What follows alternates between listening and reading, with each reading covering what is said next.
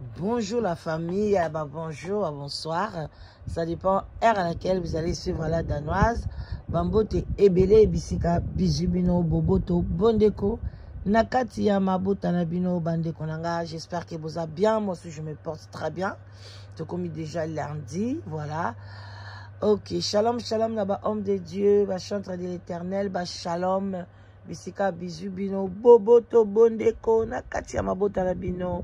Bandeko na biso ya église catholique et puis tolobi matondo na ba musulman vraiment basalam alaikum na bandeko na biso ba musulman bazalaka bandeko na biso et puis tokei na lombango tolobi tout tendance confondue.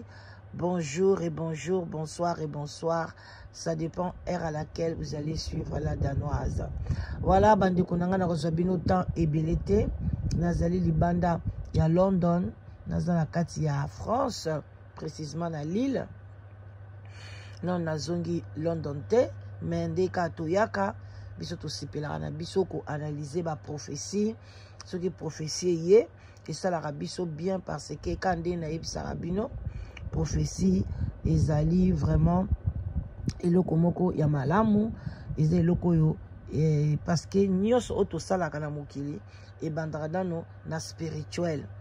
Alors ce qui est commis na physique boye baki na spirituel ici salamaki pour na ndenge pesa la komona oloti ndoto ya likamoko boye après likambo na pe ekokisami. Donc prophétie ezaka wana ekokozana nzela ya rêve ya ndoto ekope kozana na nzela ya vision. Donc ekozala pe na banzela mususu pe mutu mususu pa ko loba na yoka parole boye de connaissance lobi na nazomona boye ngasi na lobela mutu tozayebata mike na beteli na lobika kolelaka te un jour obanda kofungolela o voiture bafungoleli yo okoti ezaki ka parole mais moi mwasi wana akomaka ministre jour ekokisamaka abengaka nga lobi Rita na biso oyebi ke parole wana oyebisaka nga etikala ngai sikoyo moko misusu ka boye na omata na taxi mobali moko bo azaki pembe na fungoleli nga bi est-ce que eza oyo mais ezaki yango te eza nde oyo yango bandeko na nga prophétie mususu bakoyebiso yokanisi yango oyo bakoyebiso mpe ke tomona mobali mo boye azwa kolingo mobali wana pa ye oli otala ye bien oli examiner ye te olobika prophétie na babisa nga mobali moko akoya fo ezala ye yo te eza bongo te keba prophétie nyonso so bapesi yo surtout ya libala il faut ko examiner penza. Donc ntango bayebisi yo meka kokota na mozindo yo moko na prière ou bien meka na kozongela mutu wana basigne nini ekozala ke mobali yango oyo akoya kolinga nga eza ye nzambe azaka malamu akobandela lisusu akopesa mpe basigne ya bien abia kozala boye mobali yango akozala boye okomona mpe mobali wana akokisami. Donc bandeko na nga boyokaka te na bato oyo baza koyoka motema pasi baza kolinga te baprophétie lobama mpona botambola mabe. Prophétie eza lokola autoroute yaya, prophétie eza lokola balabala kitoko. Prophétie wana nde bomonaka eza lokola balabala. Même ser mbongo soki lor mbongo combien de fois pe iye moko na munoko na ye apesaka pe baprophétie apesa même mama Olive prophétie ti apesi na mama Olive ndoyi ya mwana na ye mpona nini aloba baprophétie même mpona Congo. Donc ebele bokokanisa lor mbongo aboyi prophétie na ye donc prophétie ezalaka te bato mi bazoloba oui bozwi na baprophétie na mina lokuta yaya prophétie ya lokuta ezali place nyonso il y a les mensonges, il y a aussi la vérité. Même mutu aye kobetelo lisolo ya lokuta mais yebaka na kati ya lisolo wana vérité moke po azwaka idée akosambala moko ezalaka bongo te. Mutu akoya beteli yo lisolo mo batongaki yo quelque part akoya kobakisa mensonge mais na kati kuna okoyoka mwa vérité ya moke. Donc bandeko na nga yango wana na tongwa ya lelo toye na vérité toye na prophétie ya ndeko na biso mobali na Frank Stemai. Mutu nyonso ayebi Frank Stemai lelo prophétie ya Frank Stemai bandeko salangi sengo prophétie ya Frank Stema epesinge sengo bandeko nanga nabi nalobi na koleka ngo te toyaka kana ba prophétie te soki balobi o mabe kokomela mutu maladi kokomela mutu te maintenant prophétie esengo na oloba ngo na sengo ndeko nanga partager yango tala kaka ingambe ya Frank Stema bongo lelo soki prophétie wana ekokisami ekozala esengo mpona Congo ekozala esengo mpona mboka na biso ekozala esengo mpona biso ba journaliste ekozala esengo mpona biso ba youtuber non ezali bato boyebi Frank Stema ete chaîne na efo ezala Africa Info oui ezali chaîne oyo ndeko na biso topeye bambote ebele na kombo ya Gloria Olangi a travailler kuna mingi donc ngaso na yebaka Gloria Olangi na yebaka pembeni ya Frank Stema donc ce qui Frank Stema était tam so na ngena yeba Gloria Olangi te tellement na bande ko linga chaîne wana mingi en tout cas esalange sengonde place na yebaka Gloria Olangi bande ko nanga message oyo ezali ya Frank Stema mais na lingi na profiter muke nzambe ka ndenga orientaka biso tanto salaka bino to pia mno maloba soki Gloria Olangi akotala émission oyo na kosenga yazala na kimia azala vraiment na kimia makasi na makambo nyonso ndenge mupepe oyo ezoya na ete oyo bazokofinga ye bazolobela ye mabe mpona mukanda na ye bazolobela ye mabe mpona bana atambolaka na bana partout azangaka place ya kotika bana babandi kofinga mama na ye momeli masanga aland azongisa te Gloria Olangi soko oyoka ngai kozongisa réponse te droit de réponse eza te Gloria Olangi chaîne na bino bosalaka na MS je crois ezokende kitoko makasi keba ekoya kokweya balingi bakotisa piège bamususu bazofingisa bamama na bango moko bazo exposer bamama na bango Gloria Olangi bandanga na yeba yo nayebi mama na yo te nayebi photo ya mama na yo te natikala komona mama na yo te nayebi mama ya Gloria Olangi te obatelaka mama na yo okabolaka oyo ezali réseaux sociaux na oyo ezali mama na yo donc koya kozongisa te oyo ezala munene kutu epesaka obésité eza malamu te yo oza na yo mukie lelo bandi kofinga mukie na yo yaya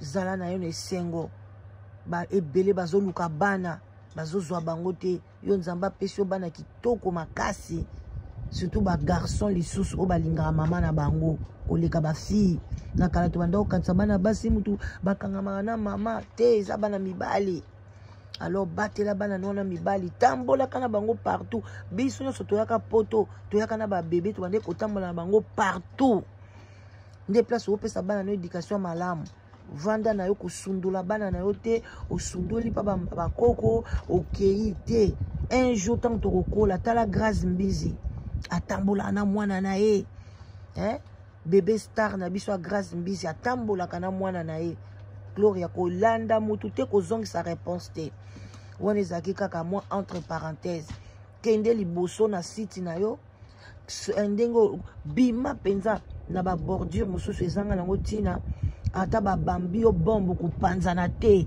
yango ndi kutu calme na yo kopesa yo force voilà ezalaki entre parenthèse parce que basalaka esika moko na Frank Stema yango na baki te lokolaka inspiration ye napesa mwa Gloria conseil en tout cas beau partager oyo ko partager et que conseil oyo komi pas Gloria est-ce que makambo prophétie oyo komi pas Frank Stema a vu prophétie na ye abateli yango ationgo na prière kuna pe Gloria Olangi a vu calme na ye parce que tozana été ko soin eza mabe ba tension molimo attention ko ya kokota bandeko soki yo mto partager ki yango ekomeli bango oyebite sengo nini kozana na lola ya partager penza oyo kokanga motema te soko yoki kaka oyo partager 5 personnes 10 personnes 15 personnes pona ekomela ba concerné Alors toyoka prophétie na suka na kopesa bino susu moi likambo moke concernant prophétie. Alors bolanda on a boke binyos. Shalom bande konanga na pesi bino mbote na kombo na Yesu. Soki bomoninga liboso na bino bien aimé, c'est que Nzambe aibi na kopesa o ezali message. Ngana saka kawana simple enveloppe pour na obéir na ngongo ya Nzambe. Na makambo nyonso oyo les grands rois azotalisa mes bien-aimés. De konanga na za te pour na obéir na pasteur. Soki na telemi lelo ndenge na telemi. Soki na telemi na bomoi oyo na za nango lelo eza pasteur te nde moto azopesa ngai. Na yango na kotosa na ngongo ya pasteur te. Mais na ko respecter o ezali pasteur. Et le seul mutu oyo nga na ko obéir na ye mes bien-aimés, c'est Jésus-Christ de Nazareth. Yende azopesa nga o ezali souffle de vie. Yende azobatela oninga mi malamu mes bien-aimés za Yesu Masia. Oyo alembaka nga te ayebi ba problème na nga, ayebi ba situation nazo traverser nango mes bien-aimés. Mutu oyo nga na kogumba mela pe mutu oyo na kotosa ezali Nzambe. Mais bien aimé soka tindinga na pasio ezali message na kobanga mutu te. Pote molimo oyo nga na yeba na koswa mes bien aimé eza molimo ya peur te. Eza pe molimo ya kobanga te. Pona mutu nyonso akokanisa ke Nzambe soka pesinga message ya mutu na ya nango na passé. Mais bien aimé Bible nange ezoloba nanga boye que message o bazotalisa nga na molili na ténèbre tango journée koya na matalikola ndako na bele lango mutu nyonso ayoka. Et le but est que na garde mon akati na ngate. Yango na mati likola ba téléphone pour na ko passer ba message nyonso o Nzambe azotalisa nga. Nzambe azwa lokumu pwete azali Nzambe. Pona mutu nyonso akoloba passage oyo ndeko na biso alobi azali na raison. Soki message ye, même la Bible dit nga na moni ke bato ebele to yebaka parole de Dieu te. Luka mutu wana benga ye, yebisa ye message na ye na secret. Non, balobi te ke likamuni balobaka en secret. Na yebisa bino soko sali mutu mabe, o comprendre? Bien mutu wana sali mabe. Baroloban barobenga ye na no secret ba pesi ba pamelie. Soka yoki te, babengi bato mibale misato. Balobelier. Sok ayokite nde balobé na église mobimba. Ce n'est pas la prophétie.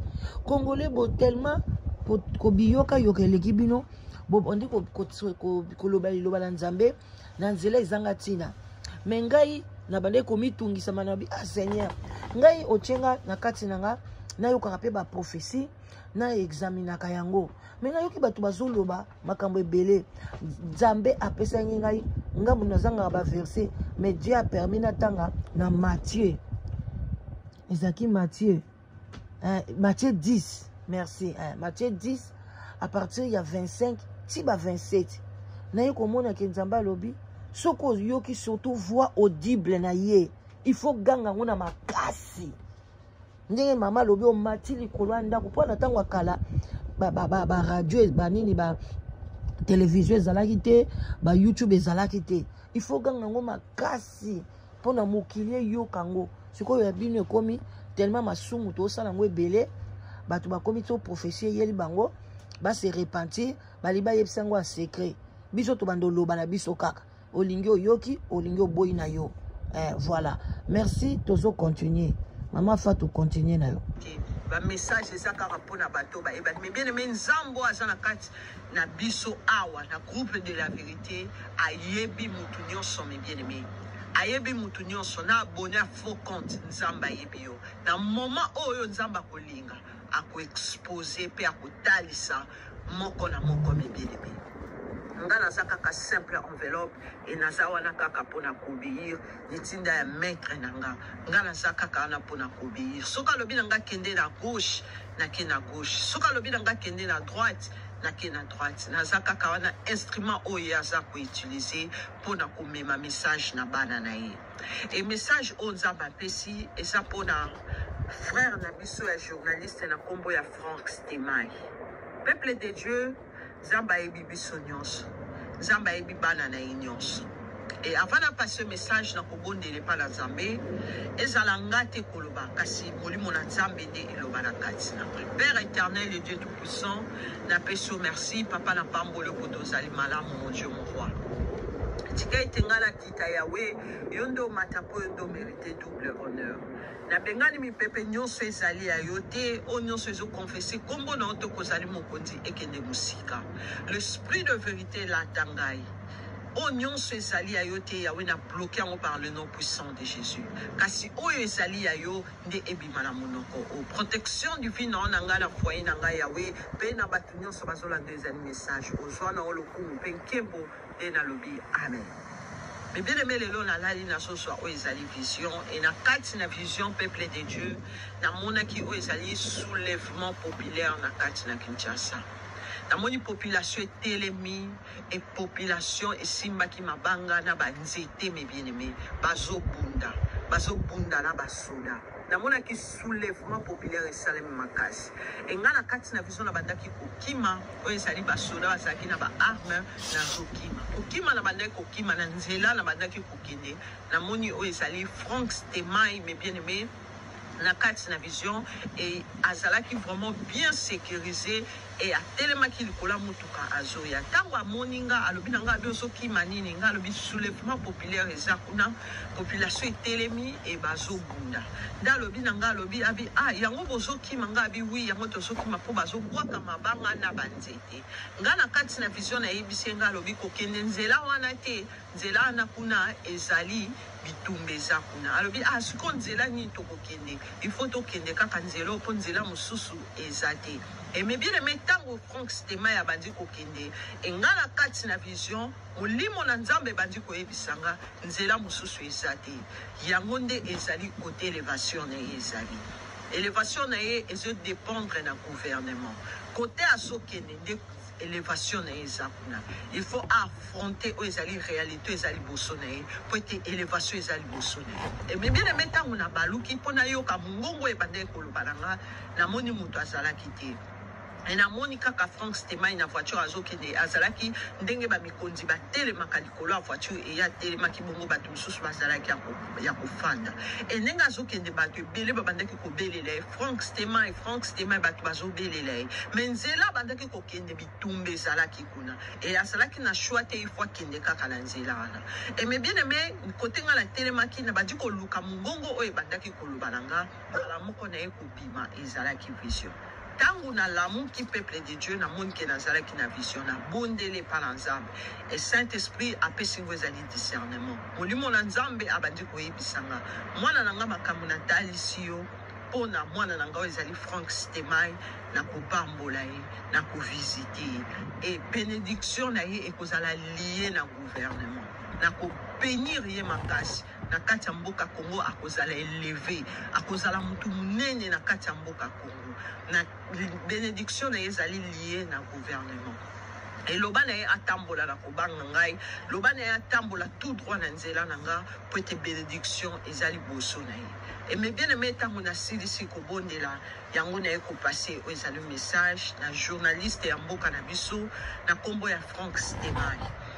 Ainsi dit l'Éternel Nzambe alobi na nga na yebisa yo bénédiction munene ezali boso na yo kasi nzela mususu ezali te nzela oyo ozotambola yango nde bénédiction na yo ezali mais liboso na yo bitumbe kozala liboso na yo bitumbe kozala makasi mais nzela mususu ekozala te affronter réalité okokutana nango liboso na yo affronter réalité nyonso ekokutama liboso na yo po ete bénédiction ezali et bénédiction na yo ekozala lié na gouvernement na kati ya mboka Congo Nzambe akotombola yo makasi ainsi dit l'Éternel okozala élevé na kati ya mboka Congo mais bénédiction na yo ekozala lié na gouvernement mais affronter réalité ko se présenter liboso na yo ainsi dit l'Éternel ata bitumbe kozala liboso kobanga te affronter yango Nzambe aza na yo ata bitumba ngo kozala ndenge nini ekotelema liboso kozonga nsima te affronter réalité wana po ete bénédiction na yo eza liboso nzela mosusu eza te kaka nzela moko oyo kotambola oyo ozokende nango nde bénédiction na yo ezali bénédiction na yo ezali lié na gouvernement na kati ya mboka Congo kozala élevé makasi na nzela ya gouvernement okotombwama lisusu ozomona neza nano miete eza eloko te me okozala susu eleve makasi na kati ya mboka ya Congo ekozala liye na nzela ya gouvernement kokima oyo ezali réalité okokutana nango te na nzela ya gouvernement affronter réalité que se présenter du Bossona. Ainsi dit l'Éternel, Nzambe azana yo. Mais bien aimé, Seigneur Nabsoto yeba Nzambe so ki apesi o ezali message et yomo ko mutu bongisa pe o ezali etamboleli na yo. Bongisa o ezali etamboleli na yo. Soko yebi ko bande ko tambola mabe, bongisa etamboleli na yo po ete message o Nzambe yebi na kotalisa po na yo elata o ezali nzoto na yo. Tika ete Nzambe apambola bino na kombo na Yesu Masia nde na lobi. Amen. Voilà, bande konangai bosi koyoka na bokebi nyonso tu message ya Frank Stemai.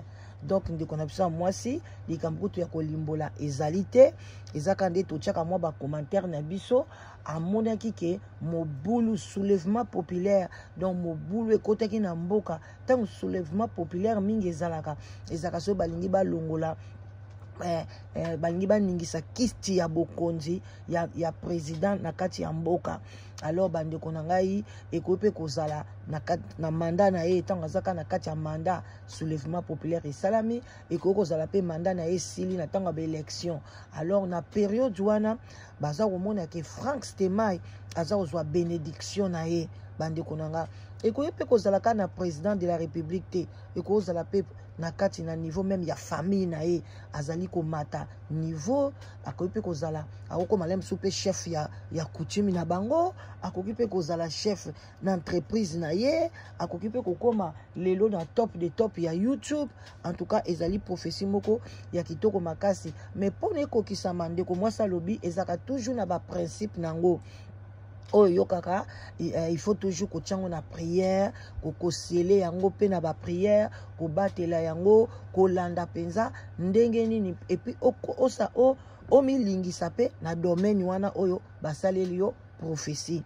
Alors bande konanga ezaka ndenge moso pe bapesi yo prophétie nyonso il faut pe a examiner yango alobaka te alléluia amen prophétie eza kitoko neti eza kitoko pena na zwi yango te bakopesa pe lelo prophétie il y a bien lobi pe bapesi yo prophétie ya ndenge mosusu Nzambe bajijaka ete Nzambe ye moko atalaka makambo ndenge amemango na batan na ba circonstances. Alors bande konanga à part wana vraiment malinga ki susu j'espère que to suki na biso na botala kaka naza vraiment na ndako te inspiration ya ndako ezaka pe mususu inspiration pe ya libanda ezalaka nango pe mususu mais tellement na linga bino mingi nazwi mwa temps oyo na bite il faut na ya to solola na lekisa prophétie oyo boyete parce que ezoleka balobelaki prophétie pona walesa nazwi tant kosala ngo te balobelaki pona mutombo wana pesa bato baji ya pétrole tozwi pe tant kolobela ngo te alors que baza pe bassin na Nzambe baza très puissant na kati ya Congo oyo ezaki pe prophétie na bango pe il fallait to analyser ngo elingi pe esala impact na kati ya communauté bato pe bayoka eloko nini Nzambe azolobela bango ya malamu ou bien ya mabe mais prophétie epolaka te prophétie pe ezalaka ya kala ezalaka te prophétie ya sika pe ezalaka te. Donc soki nazwi temps na kozwa prophétie ya walesa tokosolola yango tokozwa pe ya papa mutombo wana tokosolola yango. Alors vraiment bozala bien journée na bino ezala kitoko makasi ndeko nanga yo mutu prophétie ba examinaka yango bandeko nanga boyo kaka motema pasi te pona nini ezosala bino pasi bapesa prophétie boye botika mutu wana botika longbongo surtout prophétie ya longbongo etomate bino na kamwe bebike na kamwe na mukilonga bi azuko to prophétie ya pete eza ngoya makasi te kaso balobi repens-toi bokomisango bongo ba prophétie obiso tozwa ngape prophétie na ezaka na YouTube te bandeko nanga non botika kobanga boye tozala biso bato vraiment kande na lobaki vraiment pona kosukisa na ndeka na lobiki na profiter na prophétie oyo na solola pe na gloire olangi vraiment gloire olangi ko répondre te na yebi ke balobeli mama no mabe na yebi ke balobeli yo mabe mais yo exposaka mama na ote c'est ce qui est bien. O expose à été. Je sais que bamsou ba yebi photo à maman na yo. Maman nous peut moins la poto kala, mais o expose à été. Ko exposer maman no te, ko répondre te. Parce que ngana koma ko mona mingi na YouTube, so ba moni mutu wana komi na eko talama, mutu wana zana ye bien posé, abimi na ye na barando, zamba bando tche loboko foka ka batu baya. Baya ko loba biloba loba ka pona nini, aussi motema no simbama, oya ko finga. Alors bato balinga ma finga te, ba ko désabonner na chaîne na yo. Po bato musu balanda kana bango actualité te. Ya landa kaka ngana landa musu bato musu ba ngana landa ka Glory Online. Siko ayebite ke na libanda ba fingi yo. Tant yo ko yo bandi ko zongisa ba réponse. O ba abi moi nango pe na ndolanda nzo nda zaka na impoli. Asaini ni a désabonner. Donc ti kala na lire na yo wana yamba ba ozo yamba sala émission na yo bien. Surtout makambo etali ngunda. Ngana ko kamwa yo vanda penza boye ozolobela muninga akenda ko signer na Lyon asala ka boye wana eza nzela mutu nyonso ti bamsu basali ba 15 ans pour la base wa mikanda bamsu basali bamsu 1 mois pour bazwi mukanda. Donc soko ye na poto en tout cas soko zoluka no mukanda te ozana opono zano na matalana batu batalaka yo en tout cas oza penza wana penza zali oza zoba koleka ka crapaud. Donc, on va la 7e bête. Après les crapauds, on a yo penza mutu. On a mutu, mais on a bête. So, bah, le bio, on a bête. Donc, on a nyama. On a mutu te. Alors, Frank Stemai, zoa prophétie na yo. Sele yango. Yo moko yebi tant to ba sele prophétie. Yo moko yebi nde ba sela rango. On a mutu yebi. Yo oyamba pe ba sai na nzambe belé. Zoa prophétie na yo. Tinda ngo kuna ipa ya mutu na yo. Yo moko yebi. Le baneta prophétie ba pesenga yango et le olobi nini.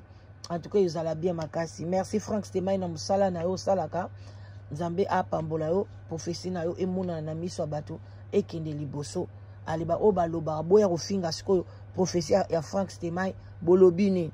Bocha ba commentaire ceux qui ezalaki prophétie ya kofinga boko koma ceux qui eza ya bien ata amen o lem su boko tiango te bandoki baze belé na kati ya mokili oyo. Mengana sina cheli prophétie na ye amen. Botika la malam. Bye bye bisous.